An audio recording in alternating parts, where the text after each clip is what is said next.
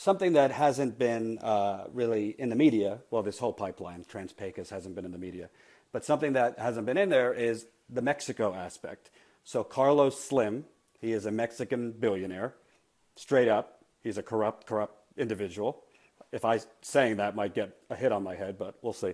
Uh, has taken advantage of the poor in Mexico, pretty much has his hand in every single industry there, has monopolized telecom and other industries. His energy company is the company, once this crosses into Mexico, then it's theirs. So Energy Transfer, it's their pipeline in America.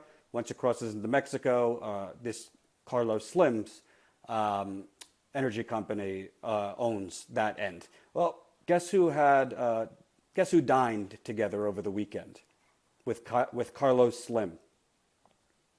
President-elect Donald Trump.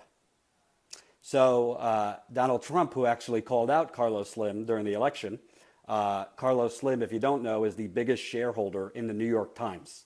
Biggest shareholder. Check the New York Times if you've seen a story about the Trans-Pecos pipeline. Take a guess how many you've seen. He dined with Carlos Slim. Maybe that's to try and smooth over some of his tough talk about Mexico and we're gonna go after Mexico for taking our jobs, all this stuff.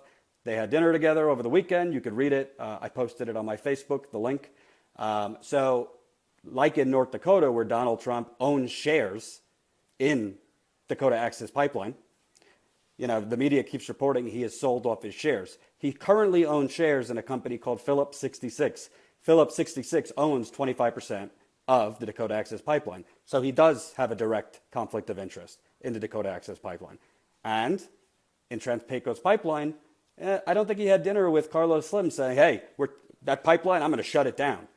So Donald Trump, Mr. Drain the Swamp, he's going to end corruption in Washington, D.C. And, in his victory speech, he talked about the forgotten Americans will be forgotten no more. Well, apparently he's taking care of the forgotten billionaires like Carlos Slim because he dined with him.